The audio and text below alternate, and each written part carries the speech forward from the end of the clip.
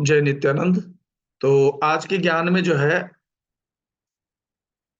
हम आज के ज्ञान में जो चर्चा करेंगे वो जो हमने कल तक कर लिया था।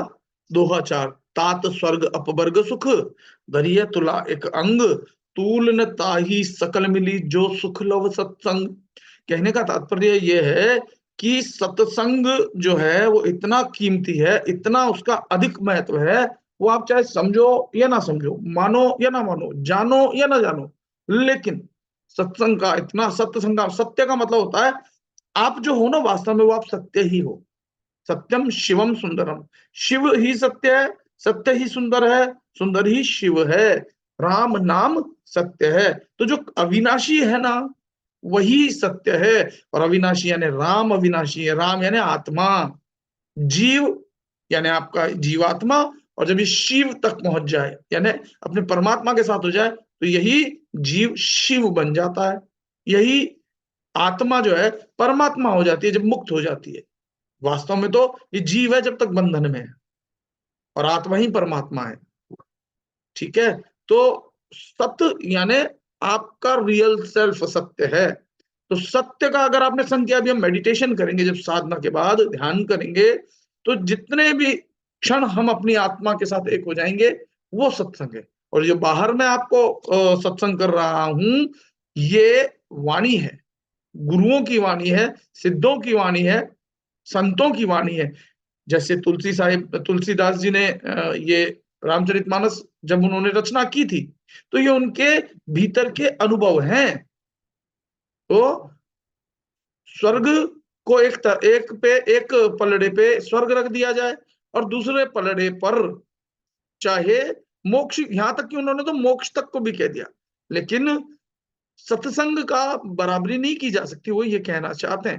तो इस बात को समझते हुए आप सत्संग अवश्य किया करो। सत्संग ध्यान को ही, ध्यान से जब आप कनेक्ट हो जाते हो अपने सत्य के, तो आपका संग हो जाता है सत्संग। बाहर जो हम प्रवचन कर रहे हैं, लोग बाग सांसारिक तौर पर उसको भी सत्संग कह देते हैं, वो ठीक है। फिर कहते हैं कि जब प्रभिसी नगर कीजे सब काजा, हृदय राखी कौशलपुर राजा। तो जब हनुमान जी ने वो राक्षसी का जब मुष्टिका प्रहार करके और उनको मूर्छित कर दिया था, और उसने जब कहा था कि अरे आपको तो मैं पहचान गई हूं, ऐसे ऐसे ब्रह्मा जी ने जो है भविष्यवाणी की थी और वो समय आ गया है, और अब आप जाइए भगवान श्री राम यानी अपने परमात्मा में ध्यान करते हुए, भगवान श्री राम का ध्यान करते हुए आप जो है, यानी वही बात आ जाती है जो गीता में कहा है भगवान श्री कृष्ण ने कि माम अनुस्मर युद्ध च, माम यानी ये आत्मा, आत्मा ही कृष्ण है, आत्मा ही राम है, आत्मा ही शिव है। इसका स्मरण करते हुए जो है, तो कह रहे हैं, कह रही हैं हनुमान जी को कि राजा जो भगवान राम है, ये जो राजा है आत्मा, आपके शरीर में मन इंद्रिया ये सबका राजा कौन है? लोग बाग मन कहेंगे, लेकिन मन से भी जो सर्वोपरि है वो है आपकी आत्मा। तो इनका ध्यान करते हुए नगर में प्रवेश करो। ठीक है। अब ये नगर जो बाहर कथा के रूप में इतने पात्रों के रूप में दिखाई जा रही है, वास्तव में नगर है आपका शरीर। इस शरीर के भीतर अच्छाई भी है, इस शरीर के भीतर बुराई भी है। इस शरीर शरीर के भीतर ही आपकी मति जो है, आपके विचार, शरीर के भीतर मन जो है वो सुमति, अगर पॉजिटिव सोच है, अच्छी सोच है तो सुमति है। तो जहां सुमति तहां संपत्ति नाना, और जहां कुमति वहां विपत्ति निधाना, वहां विपत्ति ही विपत्ति है। तो सुमति का संग करो, दोनों ही सबके भीतर होती है शरीर के। तो अब जो लंका में जा रहे हैं, तो लंका जो है नेगेटिव भाव के रूप में कहा जा रहा है कि वहां राक्षस है, ये है, वो है। तो हृदय में भगवान का स्मरण करते हुए आप जाओ। जब हृदय में आप परमात्मा का ध्यान करोगे, राम का ध्यान करोगे, तो विष भी अमृत हो जाता है, शत्रु भी मित्र होने लग जाते हैं। और जो मुसीबतें होती हैं, जैसे मान लो समुद्र है, वो भी गाय के खुर के बराबर हो जाता है। जैसा कि मैं भी आपको बताता हूं, जब आप मेडिटेशन करोगे तो संसार यानी प्रकृति माया तो वैसे ही चलती रहेगी, सुख भी आएगा दुख भी आएगा, लेकिन अब आपको भीतर से वो सुख जो है वो तो ज्यादा दिखाई देगा, दुख कम। क्यों? क्योंकि दो में से एक जिस चीज पे आपका फोकस होगा वही चीज बढ़ेगी। आत्मा क्या है? सुख स्वरूप है, आनंद स्वरूप है। आत्मा पर आप ध्यान करोगे दिन रात जब समय मिलेगा, तो आपका सुख आनंद बढ़ेगा। तो अपने आप ही, जैसे मान लो दो लाइनें खींच दी, अब एक लाइन को बढ़ाओगे तो दूसरी छोटी होने लग जाएगी, पर वास्तव में वो छोटी नहीं हो रही है। क्योंकि दूसरी लाइन बड़ी हो रही है, इसलिए वो पहली वाली छोटी दिखाई पड़ती है।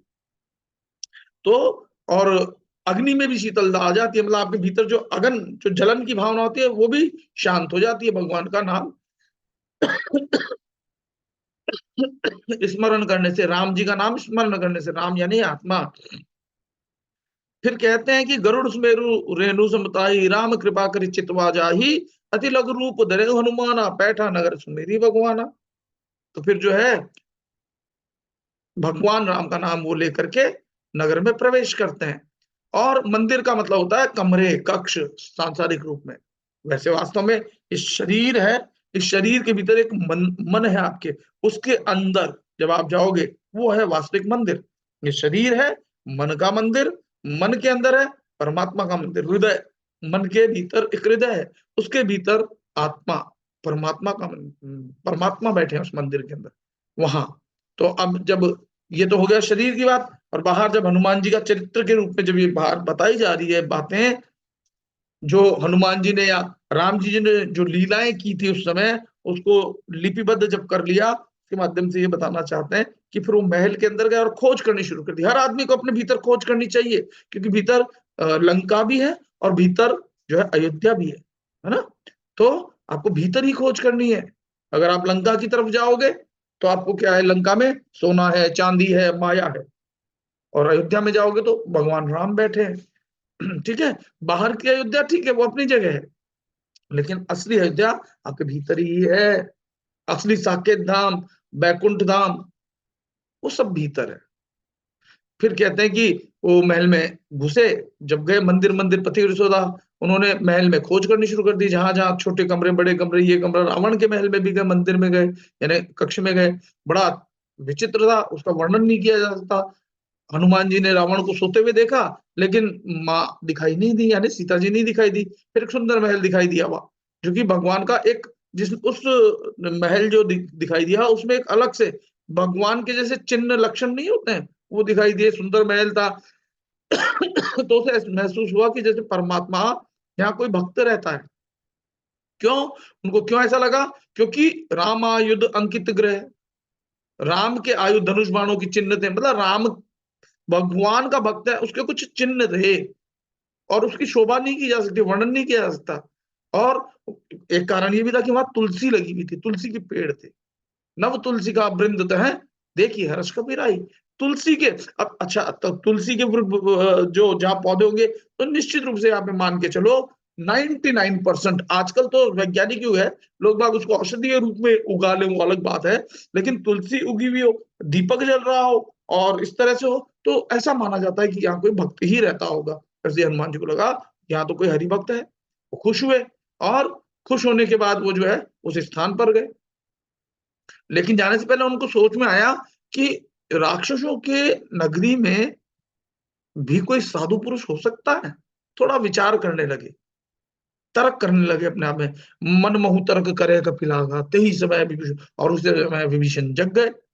राम राम तेहि सुमिरन कीना, और जैसे ही वो जब जगे तो राम राम उच्चारण कर रहे थे वो। तो राम राम उच्चारण करने से उनको बहुत खुशी हुई कि हाँ कोई तो भक्त है। जैसे आपको कोई आपका मित्र मिल जाए, या आपके देश का कोई मिल जाए, या आपके स्वभाव का कोई मिल जाए, आप खुश हो जाते हो ना, विदेश में अगर कोई आपको अपना सा मिल जाए। ऐसे ही उस पराई जगह पर जब हनुमान जी को लगा कि हाँ यहाँ तो कोई राम भक्त है, तो उनको बड़ा खुशी हुई, ठीक है ना। और उन्होंने सोचा कि मैं इनसे परिचय करूंगा, क्योंकि साधु यानी जो अपने अनुकूल व्यक्ति है, उससे कोई हानि हो नहीं सकती, जो अपने ही सेम नेचर का है, भक्त है।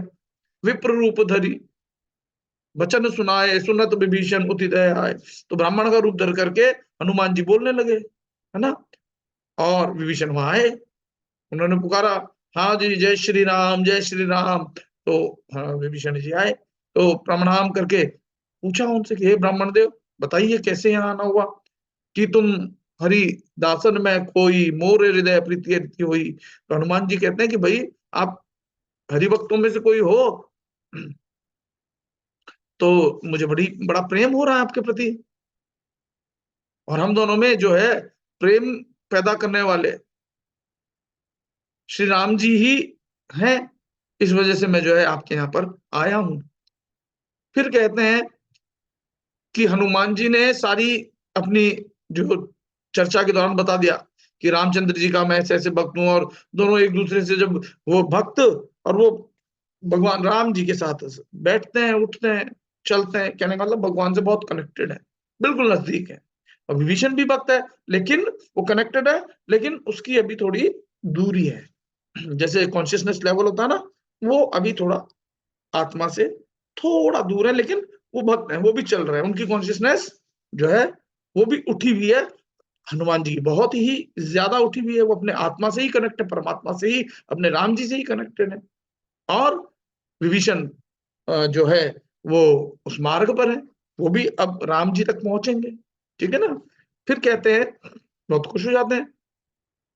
फिर वो विभीषण बताते हैं कि हनुमान जी, मेरी रहनी बहुत गड़बड़ है, तुम्हें लग तो रहा होगा कि मैं यहाँ महल में रह रहा हूँ, लेकिन जैसे दांतों के बीच में बेचारी जीभ रहती है ना, ऐसे ही मैं रह रहा हूँ।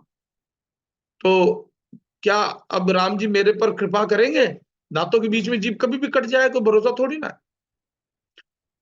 तो ये मेरा तामसी शरीर जो है, इससे साधन तो कुछ बनता ही नहीं, मतलब मैं इतना ध्यान पूजा पाठ कर ही नहीं पाता हूँ। और रामचंद्र जी के चरणों में लेकिन मुझे प्रेम बहुत है।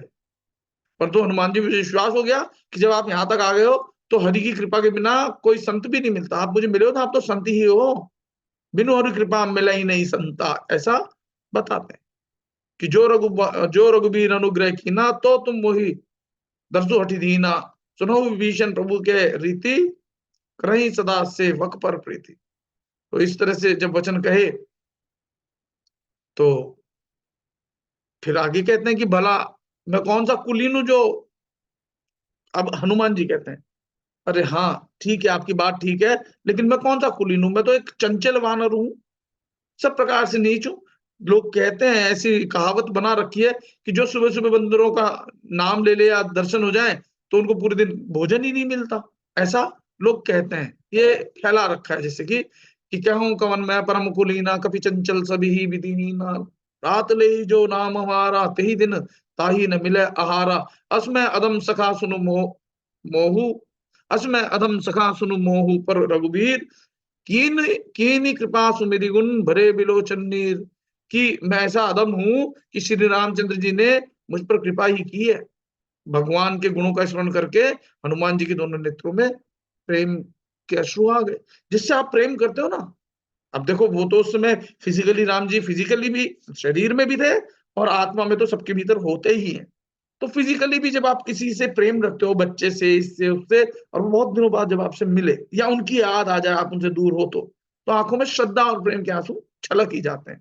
तो इस प्रकार से जो है कथा कर रहे हैं तुलसीदास जी, बता रहे हैं रामचरितमानस में, सुंदरकांड में।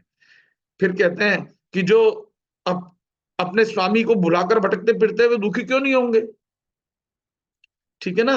इसलिए अपने स्वामी, अपनी अंतरात्मा का अगर आप ध्यान नहीं करते हो, मेडिटेट नहीं करते हो, अपने आप से कनेक्ट नहीं करते हो डेली, तो निश्चित रूप से ये मान के चलो कि आपको कोई सुखी नहीं कर सकता, चाहे आपके पास करोड़ों रुपया ही क्यों ना आ जाए, ये निश्चित है।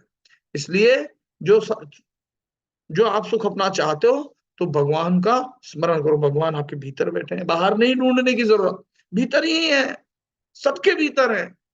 जो राम जी जिनकी उपासना करते थे, जो शिव जी जिसकी उपासना करते थे, जब वो किसी की उपासना करते थे, वही भगवान आपके भीतर है, जिनको हम राम नाम से यहाँ कह करके अभी चर्चा कर रहे हैं, सुंदरकांड का पाठ कर रहे हैं।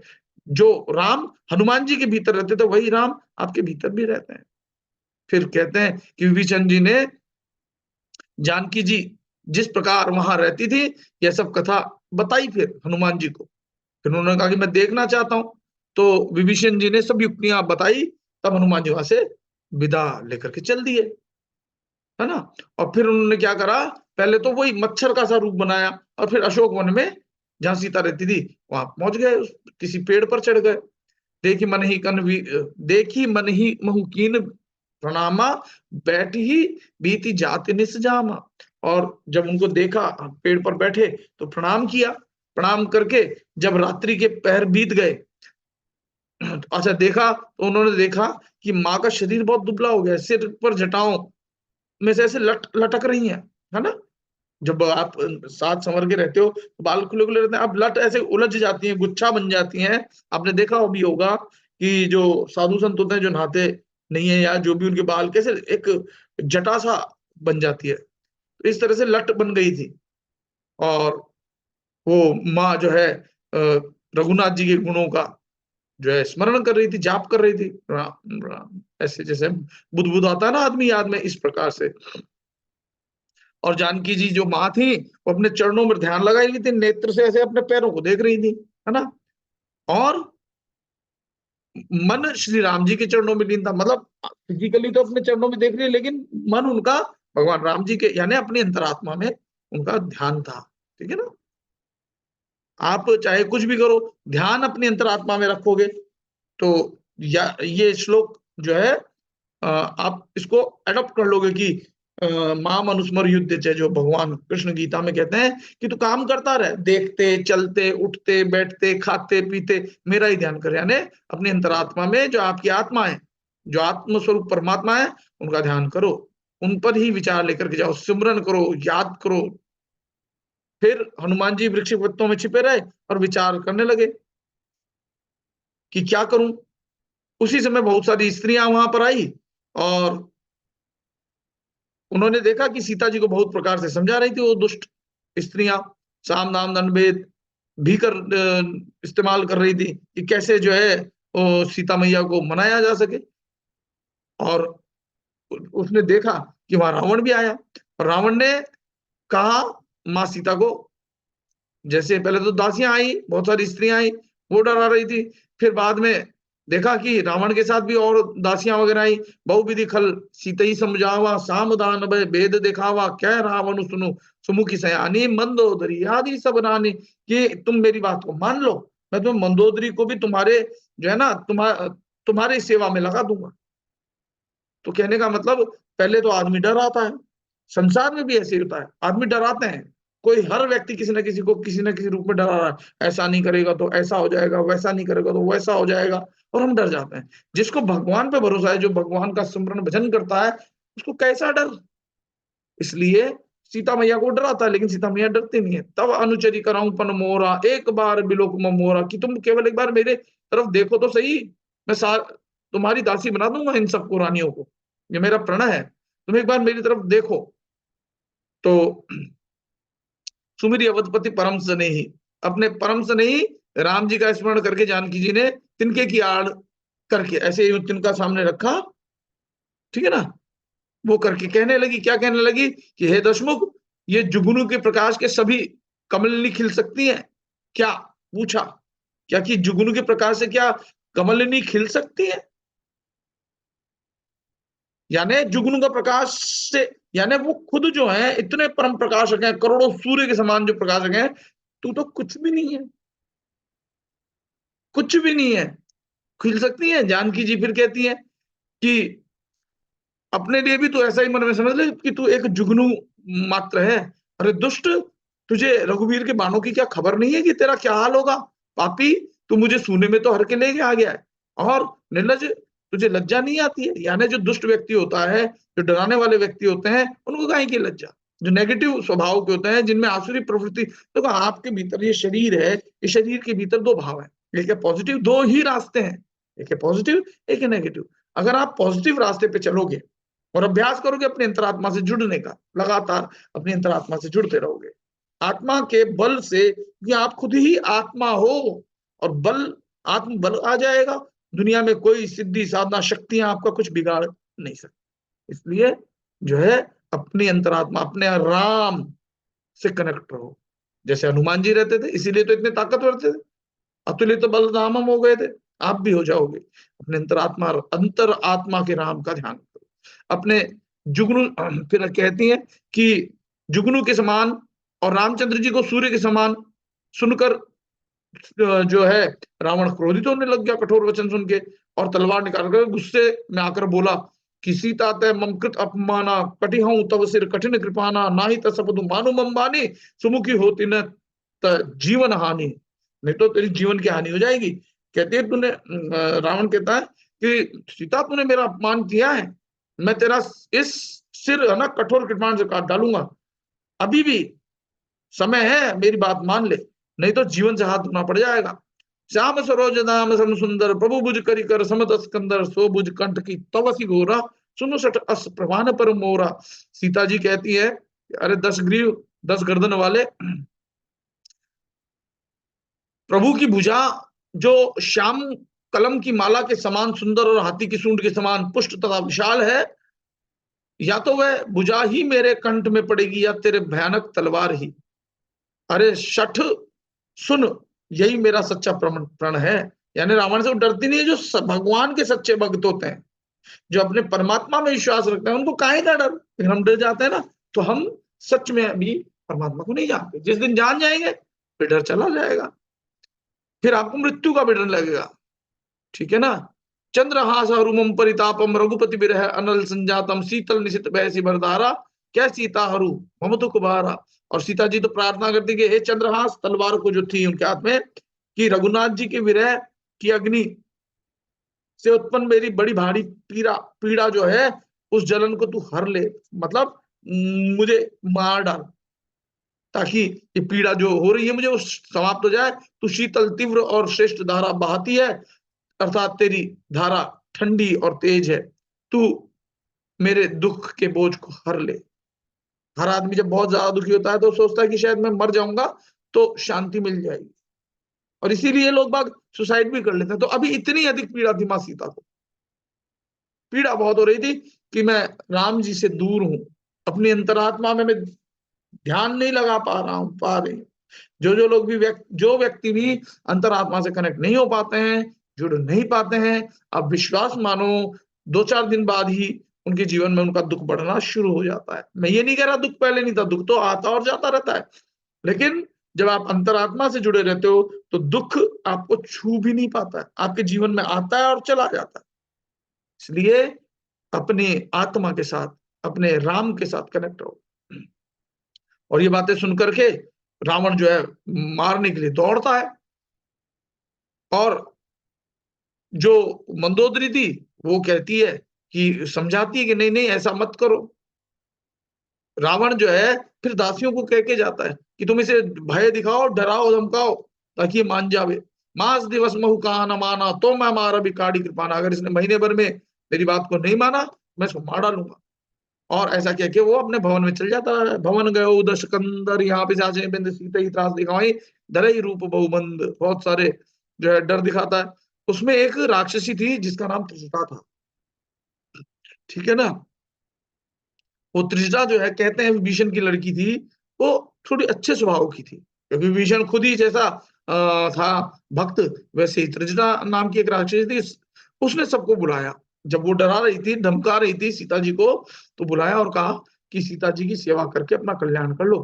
क्यों? क्योंकि मैंने सपने में देखा एक बंदर ने लंका जला दिया, राक्षसों की सारी सेना मार डाली गई है, रावण नंगा गधे पर सवार है, ऐसा मैंने सपना देखा है। उसका सिर मुंडा हुआ है, 20 भुजाएं कटी हुई है उसकी। ठीक है ना। इस प्रकार का मैंने सपना देखा है। सपने वानर लंका जारी, जादू धान सेना सब मारी, खरा अरुण नगंध शीसा, मुंडित सिर खंडित भुज बीसा। तो जो आदमी नेगेटिविटी पे रहेगा, जो आदमी आसुरी प्रवृत्ति को कुछ समय के लिए भले ही दिखता है कि हाँ इसके पास सोने की लंका है, ये है वो है, लेकिन पाप का अंत होता ही है, चाहे वो राजनेता हो, राजा हो, या कोई बलवान से बलवान व्यक्ति ही क्यों ना हो, उसका अंत होगा ही। आप देखोगे और देखते आए हो कि जब जब भी धर्म की हानि हुई है, बहुत सारे लोग होंगे आपके क्षेत्र में भी जो रावण के समान हो गए थे, और बाद में उनकी ऐसी दुर्गति हुई, वो भी आपने ही देखी होगी। मैंने बड़े बड़े फिल्म स्टार भी देखे हैं, जो कि बहुत जवान हष्टपुष्ट हुआ करते थे, अब उनसे चला भी नहीं जाता है, उनको व्हील चेयर पे ले जाते हैं। मैं देखता हूं। इसलिए मत कर रे अभिमान ओ बंदे, झूठी तेरी शान रे, मत कर तू अभिमान। तो ये बात हमेशा याद रखो आप। फिर कहते हैं कि मैं सच कह रही हूं कि ये सपना 4 दिनों के बाद सत्य होकर रहेगा। ये मैं बिल्कुल सच कह रही हूँ। कह रही है कि ये सपना मैं कहूं पुकार, ये हो ही सत्य गए दिन चारी। तासु बचन सुनी ते सब डरी, जनक सुता के चढ़नी पड़ी। और जो वो माँ के चरणों में पड़ जाती है सीता मैया की। और सीता जी मन में सोच करने लगी कि 1 महीना बीत जाने पर तो रावण मुझे मार डालेगा। सीता जी हाथ जोड़कर त्रिजटा माता से कहते हैं कि तू मेरी विपत्ति में संगनी है, तूने मुझे बचाया बार बार, कोई ऐसा उपाय कर दे कि मैं शरीर छोड़ सकूं। अब ये जो तकलीफ हो रही है ना, सही नहीं जा रही है। तो काठ ला करके चिता बना दे, फिर उसमें आग लगा दे, तू मेरी प्रीति को सत्य कर दे। रावण की शूल के समान दुख देने वाली वाणी कानों से कैसे सुनूं मैं। आनी काठ रचु चिता बनाए, मातु अनल पुनि देहि लगाई, सत्य करे मम प्रीति से आनी, सुने को श्रवण सूल संबानी। ये सूल जैसी वाणी रावण आकर के बोलता है। सुनत वचन पद गई समझाए सी, प्रभु प्रताप बल सुजय सुनाए सी। ऐसा फिर समझाती है त्रिजटा, चरणों में पढ़कर कहती है कि प्रभु का प्रताप बल सुयश जो है बहुत अधिक है। माँ आप जो है चिंता मत करो सुकुमारी, रात्रि के समय आग नहीं मिलेगी। ऐसा कहकर वो अपने घर चली जाती है। फिर सीता मैया मनी मन कहने लगती है, क्या करूं, विधाता ही विपरीत हो गया। कहते हैं ना, हम भी कभी दुख में होते हैं, कष्ट में, क्या करूं, हर चीज उल्टी पड़ रही है, जहां हाथ डालते हैं उल्टा ही हो रहा है, अब तो भगवान भी साथ नहीं दे रहा है। ठीक इसी प्रकार से सीता मैया कहती है कि अब विधाता ही विपरीत हो गया, ना आग मिलेगी ना पीड़ा मिटेगी। अंगार, आकाश में अंगारे तो दिखाई दे रहे हैं और पृथ्वी पर एक भी नहीं गिर रहा। तो चंद्रमा अग्निमय है, किंतु वह भी मुझे हतभागिनी जानकर आग नहीं बरसाता। हे अशोक वृक्ष, मेरी विनती सुन, मेरा शोक हर ले, अपना अशोक नाम सत्य कर दे। सत्य नाम हरू, सत्य नाम करू हरू मम शोका।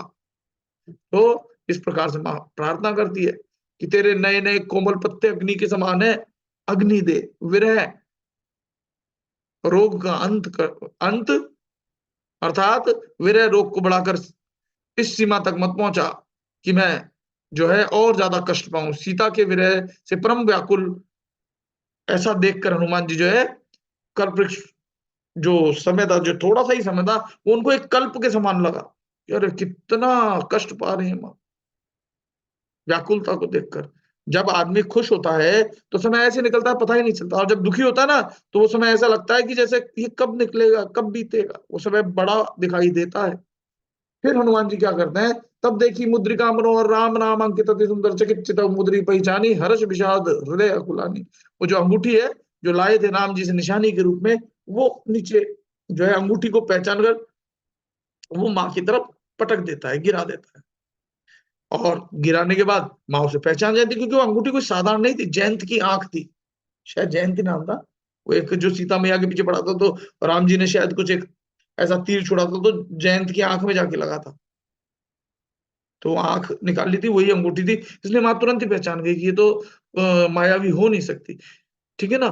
क्यों, माता कहती है, जीती को सके रजय अजय रघुराई, माया ते ऐसी रची नहीं जाई, सीता कर मन विचार, सीता मन विचार कर नाना, मधुर वचन बोले हो हनुमाना। अब सोचने लगी कि रघुनाथ जी तो अजय है, उनको कोई जीत नहीं सकता, तो ये अंगूठी जो है दिव्य चिन्हमय अंगूठी बनाई भी नहीं जा सकती ऐसी माया से। तो विचार करने लगी, और इसी बीच हनुमान जी बोलते हैं, गुण करने लगते हैं, गुणगान करने लगते हैं राम जी का। तो हनुमान जी तो वैसे ही अपनी अंतरात्मा से कनेक्टेड है, वो अपनी अंतरात्मा के गुणों का बखान करते हैं कि यही सत्य है। ये आंतरिक बात बता रहा हूं, आंतरिक दो रामायण है। एक रामायण है घट रामायण, और एक रामायण है जिसको चरित्र चित्रण करके सुनाया जा रहा है बाहर कथा रूप में। भीतर आपके भी ऐसे ही, आपके घट में एक रामायण चलती है, अच्छाई और बुराई की। आपके भीतर भी आपका मन जो है रावण के समान जब हो जाता है तो गलत कृत्य करा देता है, जो जिस पर आपका अधिकार नहीं होता उसको भी आप जो है उसको अधिग्रहित कर लेते हो, तो दुख पाते हो और अपनी अंतरात्मा से दूर हो जाते हो। ध्यान व्यान करना बंद, जैसे ही पैसा जीवन में आने लगता है, माया आने लगती है, जीवन में सोने की लंका आ जाती है, तो आप भगवान को भूल जाते हो। लेकिन आपसे मेरा मतलब, हम सबकी ही बात है, लेकिन कभी भी ना भूलो अपनी अंतरात्मा में बैठे परमात्मा राम को। और बाहर जैसे हनुमान जी नहीं भूले, माँ सीता नहीं भूली, तो निश्चित रूप से माँ सीता का दुख दूर होगा, और जो रावण रूपी मन है वो मारा भी जाएगा। तो फिर सारी कथा सुनाते हैं।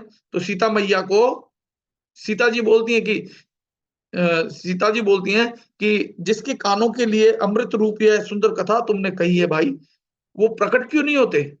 तब हनुमान जी पास गए, क्योंकि अभी वो दूर से बोल रहे थे, पास नहीं गए थे, अच्छी अच्छी बातें बता रहे थे। तो वो कहते हैं, भाई आवाज तो आ रही है पर तुम हो कौन, तुम प्रकट तो हो। ठीक है ना। फिर सीता जी मुख फेर के बैठ गई, उनके मन में आश्चर्य हुआ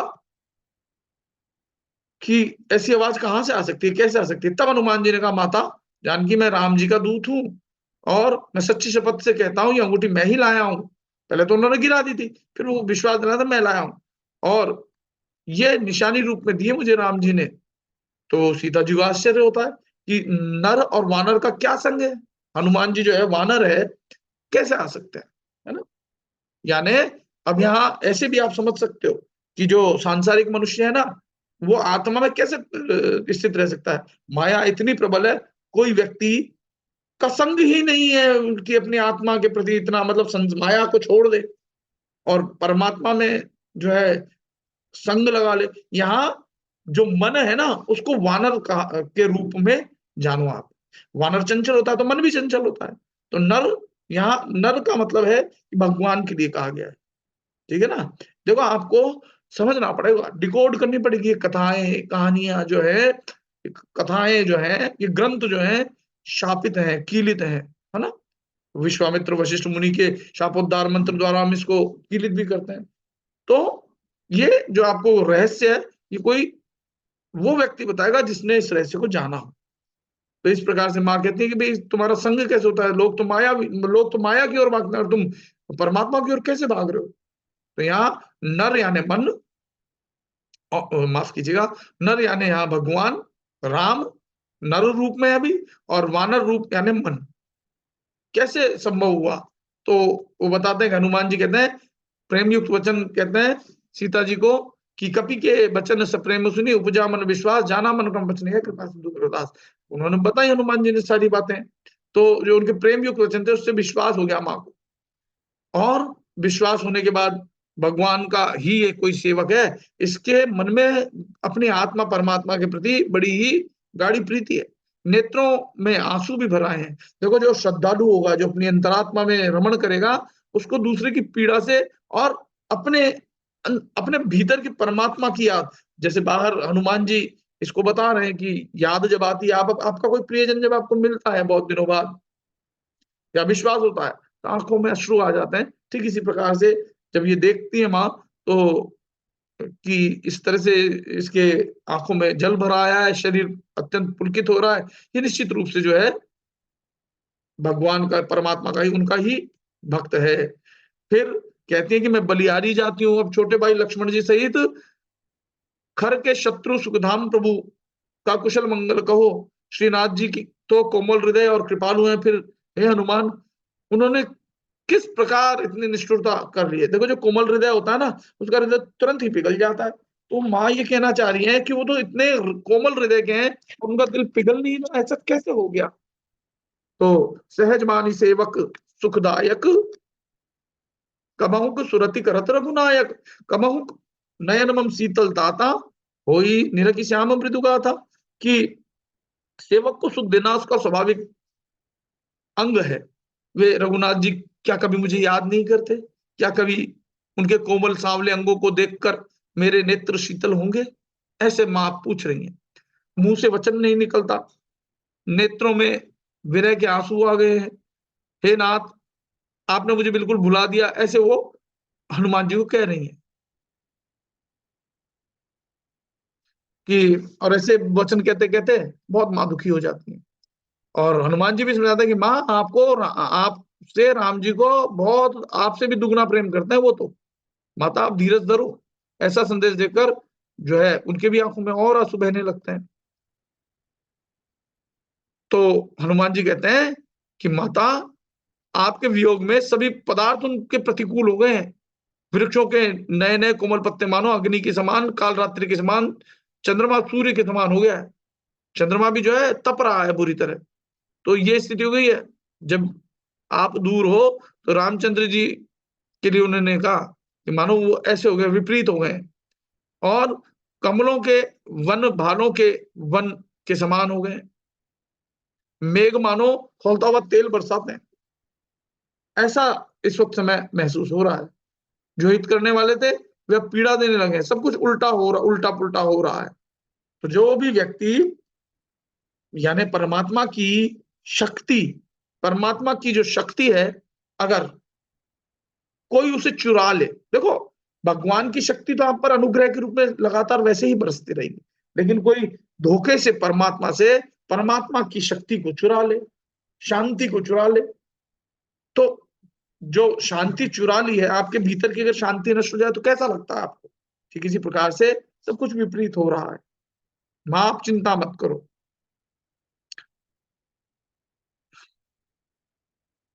फिर ये सब बातें करते करते हनुमान जी कहते हैं, हे माता, आप हृदय में जो है धैर्य धारण करो और भगवान राम का जो सुख देते हैं, जो आनंद कंद है, उनका स्मरण करो और मेरे वचन सुनो, और ये जो भीतर मन में एक डर है ना, कायरता को छोड़ दो मां, भगवान श्री राम आएंगे। तो राक्षसों के समूह पतंगों के समान और श्री रघुनाथ जी के बाण अग्नि के समान है। तो ये राक्षसों का जो इतनी बड़ी सेना दिखती है, ये पतंगे हैं उनके सामने। आप धैर्य धरो, राक्षस जल जाएंगे, मर जाएंगे। तो रामचंद्र जी को अगर खबर होती कि आप यहाँ पर हो, तो विलंब नहीं करते, कब के ही आ गए होते। मैं पहले खबर लेने आऊं कि आप कहाँ पे हो। और राम जी के जो बाण है, वो सूर्य के उदय होने पर राक्षसों की सेना रूपी अंधकार कहाँ रह सकेगा। तो इस प्रकार से वो बहुत धैर्य बताते हैं। ठीक इसी प्रकार से यही मन, अगर आपका निर्मल मन हो जाए, पवित्र मन हो जाए, तो ये जो है आपकी सहायता करेगा परमात्मा से मिलाने में। अगर मन निर्मल नहीं हो करके अपवित्र मन हो जाए, पवित्र ना रहे, मैं अब घट रामायण की बात भी साथ के साथ आपको बताते जा रहा हूं। आपके शरीर के भीतर जो मन है, अगर वो मन जो है नेगेटिव माया की ओर ले जाने लग जाए, आपको गलत आदतों में ले जाए, शराबों में, कबाबों में या और कहीं, तो आपका जीवन नरक ही है।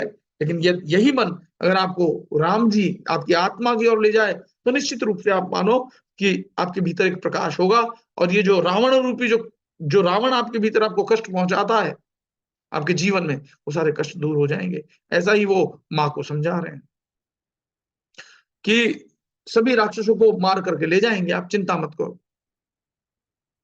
और जब वो सबको मार के ले जाएंगे आपको, तो नारद ऋषि मुनि जो है वो सब आपका यश गाया करेंगे। आज हम गा ही रहे हैं ना उस को, कि राम जी की इतनी महिमा हम गुणगान कर रहे हैं।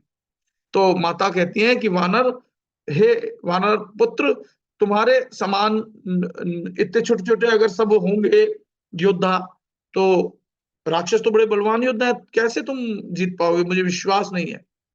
तो अतः मेरे हृदय में एक संदेह हो रहा है, माता कहती है कि तुम तो बहुत छोटे से दिखते हो। यह सुनकर हनुमान जी अपना जो है शरीर को बहुत बड़ा कर देते हैं, विराट शरीर, अत्यंत बलवान और वीर शरीर। तब सीता जी को मन में भरोसा हो जाता है कि हाँ, ये तो इतने निपुण हैं, इतने इनके पास सिद्धियां हैं, रिद्धि सिद्धि, इतने ज्ञानवान विवेकवान है कि जहां इनको बड़ा बनना है, जहां इनको बड़प्पन दिखाना वहां बड़प्पन दिखाते हैं, और जहां छोटा बनने से काम चल जाए वहां छोटे बन जाते हैं। ये निश्चित रूप से जो है विजय प्राप्त कर सकते हैं। माँ को विश्वास हो जाता है। ठीक है ना। तो आज हम यहीं तक रखते हैं, शाम को और करेंगे इसके आगे।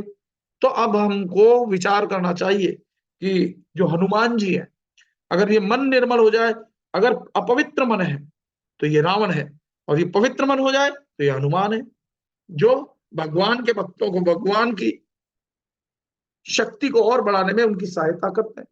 मां उनकी शक्ति है, उनकी शक्ति क्षीण पड़ गई है। तो क्षीण पड़ गई है, क्यों पड़ गई है? क्योंकि रावण रूपी जो आपके भीतर अपवित्र मन है, वो आपको बुराइयों की ओर धकेलता है। लेकिन यही अपवित्र मन आप ध्यान करते हो, मेडिटेट करते हो, अपने आत्मा से कनेक्ट होते हो, ये पवित्र हो जाने से हनुमान के रूप में आपके जीवन में कार्य करते हैं। आपको हनुमान जी की कृपा प्राप्त होती है। ये यहाँ पे कथा का सार यही बताना चाहते हैं। तो अब हम साधना करेंगे। अब इतना ही जो है मैंने YouTube पे रिकॉर्ड किया है, YouTube के लिए इतना ही। बाकी हम साधना शुरू करते हैं, और आगे हम शाम को करेंगे। सभी लोग तैयार होंगे साधना करने के लिए? तो सभी लोग सीधे बैठ जाएं, कमर सीधी, गर्दन सीधी, आंखें बंद।